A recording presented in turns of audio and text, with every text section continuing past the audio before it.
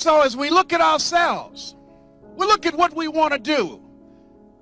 People say, I want to make a difference. They polled several people over age 95 and asked them, if you had your life to live over again, what would you do differently? Here's what they said. The majority of them said, I would spend more time reflecting, just thinking about my life and thinking about what is it I want, thinking about what is it that gives my life a sense of value. See, as you look at your life, that what we have to do is start thinking. That most of us are going on automatic. We don't think as often as we should. We do things unconsciously.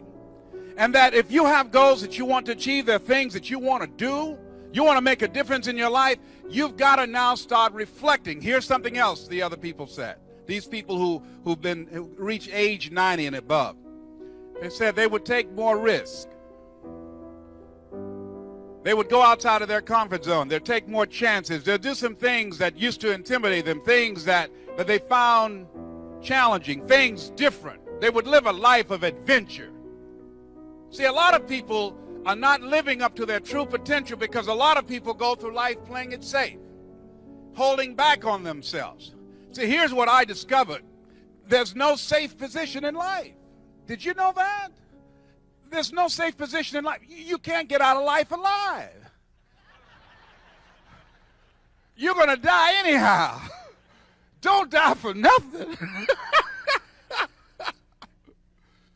But most people, ladies and gentlemen, earn a living, raise a family, and then they die. There are people who are just breathing corpses. The person said that many people die at age 21 and don't get buried until they're 65.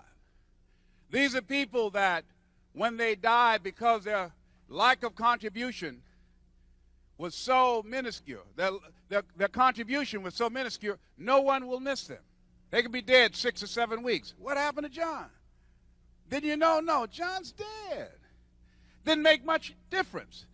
He didn't make much impact. But when a Mother Teresa dies, because of the impact that she has made with her life, people will hear and people will respond.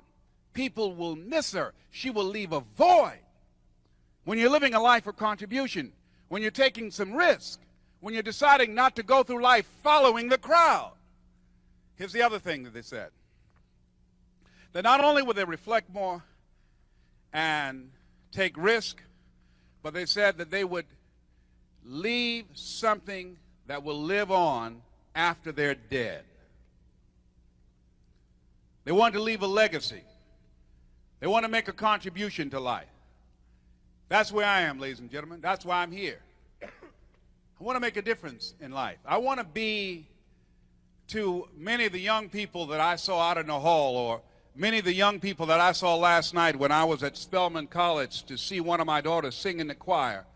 I want to be to them what a teacher named Mr. Leroy Washington was to me when I was in special education, when I was identified as being educable, mentally retarded, and failed twice in school. And this man looked at me one day, and I was telling him why I could not do what he wanted me to do. He was a substitute teacher. He did not know that I was in special education, and he asked me to go up to the board to perform a task. Most of the teachers who knew me would never ask me. They knew I was dumb. They knew I did not know. They knew when I would sit in class and I would look embarrassed and try and look invisible when they were calling for kids to go up to the board to do something. They knew not to call on me. They knew that I would never raise my hand and say, look, I think I've got an answer here. They knew I wasn't going to do that because I didn't believe I had anything to contribute. See, I thought I was dumb. And so they thought I was dumb, and we had an agreement that I was dumb. No one rises to low expectations. They didn't expect much of me, and I didn't expect much of myself. But this teacher, he didn't know my history of being looked upon as DT, the dumb twin. My brother was smart. Because he did not know my history, when I said to him, and I tried to sell it to him, look, I can't do what you're asking me to do. Why? Sorry, I'm not one of your students. It doesn't matter. Work the problem out, young man.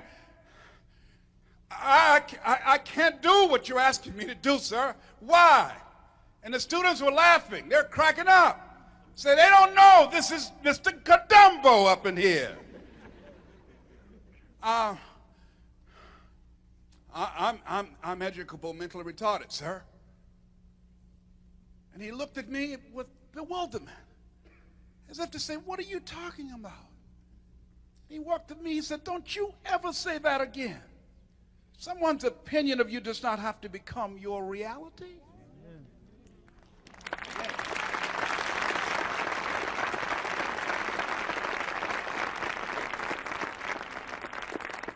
Who told you these things about yourself? And more importantly, you don't have to accept that. You don't have to buy into that.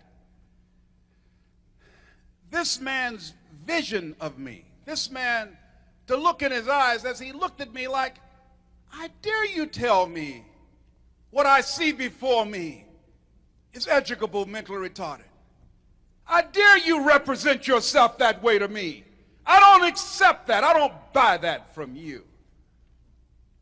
And even though I was humiliated, the kids laughed at me. And I took my seat. But as he continued to talk, when I left that room and I started walking across that campus, his thoughts rung in my head that I don't have to buy this. I remember the look in his eyes. He looked at me in the eyes of Goethe, who said, look at a man the way that he is, he only becomes worse. But look at him as if he were what he could be, then he becomes what he should be.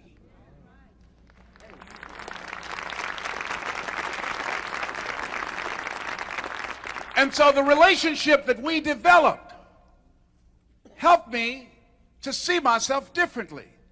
That's the value, ladies and gentlemen, of this programming. This man engaged me in a process. And the first process that he engaged me in was responsibility. Mr. Brown, yes, sir, you want to be successful in life? Yes, sir. This is a usable world, young man. But if you don't use it in the right way, it's a cruel world. Take responsibility for your life, young man. Don't go through life being a victim. See, if we take responsibility for our life, then now you're not just living out the life that has been given to you. Dennis Whaley said in his first book about a winning attitude, he said, losers let things happen. Winners make things happen.